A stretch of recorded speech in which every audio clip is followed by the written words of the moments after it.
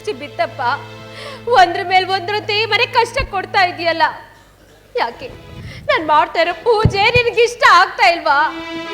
ಇನ್ನು ಏನ್ ಮಾಡ್ಬೇಕು ಹೇಳು ತಂದೆ, ಹೇಳು. ಯಾರಿಗೆ ಯಾರುಂಟು ಎರಗಿನ ಸಂಸಾರ, ನೀರ ಮೇಲೆ ನಗುಳ್ಳೆ ನಿಜವಿಲ್ಲ ಹರಿಯೇ. ಯಾರಿಗೆ ಬರ್ತಿ ಹೆಂಡತಿ ಮಕ್ಕಳು ಬಂದು ಎಲ್ಲ ಬರೀ ಸುಳ್ಳು. ನಾನು ನನ್ನದೇ ಸತ್ಯ. ಏನ್ರಿ ಇದು? ಇಲ್ಲಿ ಮನೆನೇ ಹತ್ತು ಉರಿತಾ ಇದೆ. ನೀವ್ ನೋಡಿದ್ರೆ ಕಂಠ ಪೂರ್ತಿ ಕುಟ್ಕೊಂಡು ಬಂದಿದ್ದೀರಲ್ಲ. ಯಾಕ್ರಿ ಯಾಕ್ರಿ ರೀತಿ ಮಾಡ್ತಿದ್ದೀರಾ? ಅಲ್ಲಿ ನೋಡಿದ್ರೆ ಚಿಕ್ಕಪ್ಪನ್ಗೆ ಯಾರೋ ಹೊಡೆದ್ಬಿಟ್ಟು ಅದಕ್ಕೆ ಈ ಪರಮಾತ್ಮನ ಮನೆ ಗಂಟ ಜೊತೆಲೇ ಕರ್ಕೊಂಡು ಯಾವ ಅಕ್ಕ ಯಾವ ಮಾವ ಯಾರು ಸತ್ರ ನನ್ಗೆ ನನ್ಗೆ ಈ ಪರಮಾತ್ಮ ಇದ್ರೆ ಅಷ್ಟೇ ಸಾಕು. ದರಿದ್ರ ಮುಖ ತೋರಿಸ್ಬೇಡ. ಯಾಕ್ರಿ ಮುಖ ತೋರಿಸ್ತಿರೋದ ತಪ್ಪು ನಾನೇನ್ರಿ ಮಾಡಿದ್ದೀನಿ? ನಿಮ್ಗೆ ನನ್ನ ಮೇಲೆ ಎಷ್ಟೊಂದು ಪ್ರೀತಿ ಇತ್ತು, ಎಷ್ಟೊಂದು ವಾತ್ಸಲ್ಯ ಇತ್ತು. ಆ ಪ್ರೀತಿ ಪ್ರೇಮ ಎಲ್ಲ ಇವತ್ತೇನಾಯ್ತು ಹೇಳ್ರಿ, ಹೇಳಿ, ಮಾತಾಡಿ.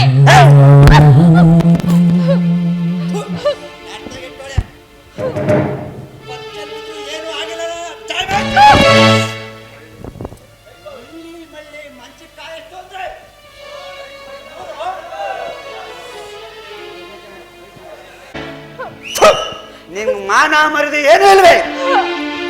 ಕಳ್ಸ ಮಾನವ ತಿಂತರು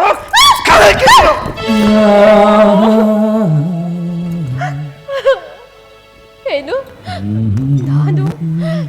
ನಾನು ನರ್ತಗೆ ಟೆಕ್ಸ ಏನಂದ್ರೆ ನನ್ನ ಏನು ಅಂತ ತಿಳ್ಕೊಂಡಿದ್ದೀರಾ? ನೋಡಿ, ಮಾನಕ್ಕೋಸ್ಕರ ಬೇಕಿದ್ರೆ ಪ್ರಾಣನೂ ಕೊಡ್ತೀನಿ. ಆದ್ರೆ ಈ ರೀತಿ ಕಳಂಕ ಹೊತ್ಕೊಳ್ಳೋದು ನಾನು ಬದುಕಿರಲ್ಲ ರೀ, ಬದುಕಿರಲ್ಲ. ನಿಮ್ಗೆ ಏನು ಆಗಿದೆ? ಯಾರೋ ನಿಮ್ ತಲೆ ಕೆಡಿಸಿದಾರೆ ಅಷ್ಟೇ. ಮನಸ್ಸಿನ ಅಂದೆ ನೀನು ಅನವೈತಿಕ ಸಂಬಂಧವ ತಿಂತರು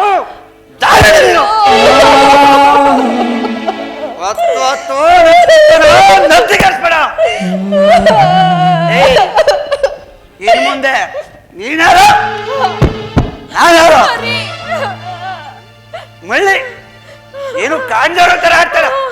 ನನ್ಗೆಲ್ಲ ಗೊತ್ತು. ಭಗವಂತ ನೀನೊಬ್ಬನೇ ಸತ್ಯ, ನೀನೊಬ್ಬನೇ ಸತ್ಯ. ಅಯ್ಯೋ ದೇವ್ರೇ, ಯಾಕಪ್ಪ ಈ ರೀತಿ ಒಂದ್ರ ಮೇಲೆ ಒಂದ್ ನಮ್ ಕಷ್ಟ ಕೊಡ್ತಾ ಇದ್ಯಾ? ಇಷ್ಟ ದಿನ ನನ್ ಗಂಡ ಒಬ್ಬ ಕುಡುಕ ಅಂತ ಮಾತ್ರ ಗೊತ್ತಿತ್ತು.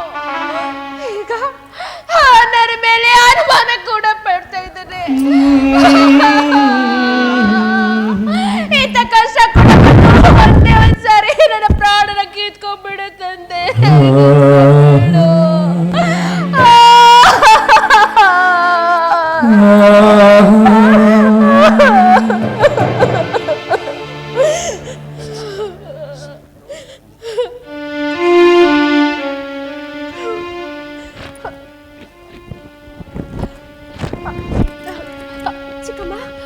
ಚಿಕ್ಕಪ್ಪನ್ಗೆ ಹೇಗಿದೆ ಇವಾಗ? ತಲೆಗೇನು ಪೆಟ್ಟಾಗಿರೋ ಆಗಿದೆ, ಕಾಲಿಗೆ ತುಂಬಾ ಗಾಯ ಆಗಿದೆ. ಡಾಕ್ಟರ್ ಏನಂತ ಹೇಳಿದ್ದಾರೆ? ಚಿಕ್ಕಪ್ಪ ಹೇಗಿದ್ದೀರಾ ಇವಾಗ? ಭಯ ಪಡ್ಬೇಡ್ವಾ, ಕಾಲಕ್ಕೆ ಸ್ವಲ್ಪ ಹೇಟ್ ಆಗಿದೆ ಅಂತ ಹೇಳಿದ್ದಾರೆ. ಅದೆಲ್ಲ ಎಕ್ಸರೆ ಮಾಡಿ ಮಾತ್ರೆ ಕೊಟ್ಟಿದ್ದಾರೆ. ಅಕಸ್ಮಾತ್ ಏನಾದರೂ ಸರಿ ಹೋಗ್ಲಿಲ್ಲ ಅಂದ್ರೆ ಆಪರೇಷನ್ ಮಾಡಬೇಕು ಅಂತ ಹೇಳಿದ್ದಾರೆ. ಒಟ್ಟಲ್ಲಿ ನಮ್ಮ ಚಿಕ್ಕಪ್ಪ ಮುಂಚೆ ಥರ ಆಗ್ಬಿಟ್ರೆ ಅಷ್ಟೇ ಸಾಕು ಚಿಕ್ಕಪ್ಪ, ಅಷ್ಟೇ ಸಾಕು. ಬನ್ನಿ ಚಿಕ್ಕಪ್ಪ, ಬನ್ನಿ. ಲಕ್ಷ್ಮಿ, ಈ ಕಾಲಿಗಾಗಿರೋ ನೋವಿನ ಪೆಟ್ಟಿಗಿಂತ ಮನಸ್ಸಿಗಾಗಿರೋ ನೋವೇ ದೊಡ್ಡದಮ್ಮ. ನನ್ನಂತ ಪಾಪಿ ಹಾಗೆಲ್ಲ ಮಾತಾಡ್ಬೇಡಿ, ಹಾಗೆಲ್ಲ ಮಾತಾಡ್ಬೇಡಿ.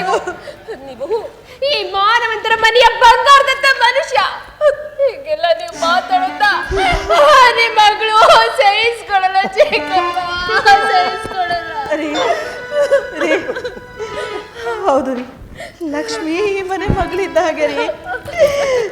ಅವಳ ಹತ್ರ ಏನು ಹೀಗೆ ಹೇಳ್ಕೊಳಕ್ ಹೋಗ್ಬಾರ್ದು. ಈ ಬಾಳಿದ ಮನೆಗೆ ಬಂದಿರೋ ಅಗ್ನಿ ಪರೀಕ್ಷೆ ಅಂತ ತಿಳ್ಕೊಳ್ಳೋಣ ರೀ.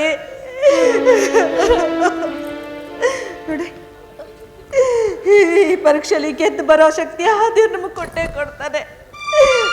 ಭಯ ಪಡ್ಬೇಡಿ ಅಂದ್ರೆ ಭಯ ಪಡ್ಬೇಡಿ. ಲಕ್ಷ್ಮಿ,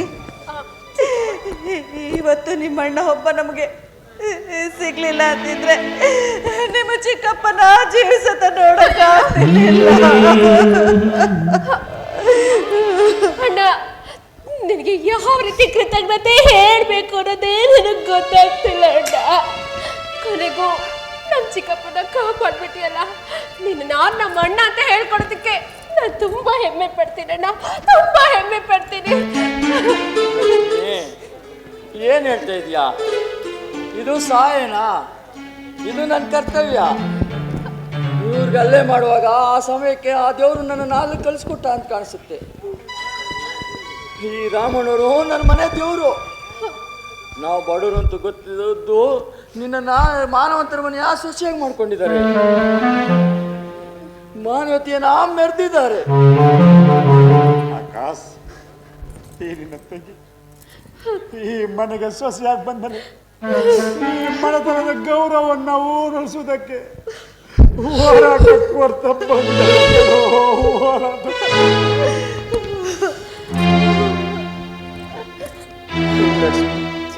ಮಾನವಂತರ ಮನೆ ಸೊಸೆ ಅಂತ ಹೇಳ್ಕೊಳ್ಳೋದಕ್ಕೆ ನನಗೆ ಖುಷಿ ಆಗುತ್ತೆ.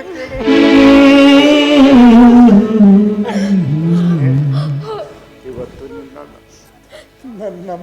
ನನ್ನ ಪ್ರಾಣನ ಕಾಪಾಡಿ ನನಗೆ ಜೀವನವನ್ನು ಮಾಡಿದ ಪುಣ್ಯಾತ್ಮಕ ನಮ್ಮ ಪುಣ್ಯಾತ್ಮ.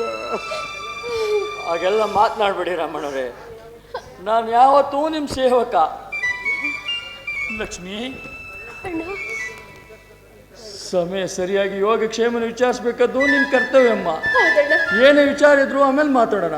ಮೊದಲು ರಾಮಣ್ಣವ್ರ ಮನೆಯಲ್ಲಿ ಕರ್ಕೊಂಡೋಗಿ ರೆಸ್ಟ್ ಮಾಡಿಸಿ. ಆಕಾಶ್, ಇವತ್ತು ನೀನಿಲ್ಲ ಅಂದಿದ್ರೆ ಈ ಅರ್ಶನ, ಈ ಕುಂಕುಮ, ಈ ಮಾಂಗಲ್ಯ ಭಾಗ್ಯ ಉಳಿತಿರ್ಲಿಲ್ಲ. ಯಾ ದೇವತೆ ಎತ್ತ ಮಕ್ಕಳು ನೀವು, ನನ್ನ ಕುಂಕುಮ ಭಾಗ್ಯನ ಉಳಿಸ್ಬಿಟ್ರೆ. ನೀವ್ಯಾಕಿಷ್ಟೊಂದು ವ್ಯಥಪಡ್ತೀರಾ? ಲಕ್ಷ್ಮಿ ನನಗೆ ತಂಗಿ ಆಗಿರ್ಬೋದು, ನೀವು ನಮ್ಮ ಪಾಲಿನ ಅಕ್ಕ. ರಾಮಣ್ಣವ್ರನ್ನ ಸಮಾಧಾನ ಮಾಡಿ ವಿಚಾರ ಮಾಡೋಣ ಬನ್ನಿ. ಮನೆ ಬಿಟ್ಟು ಬಂದು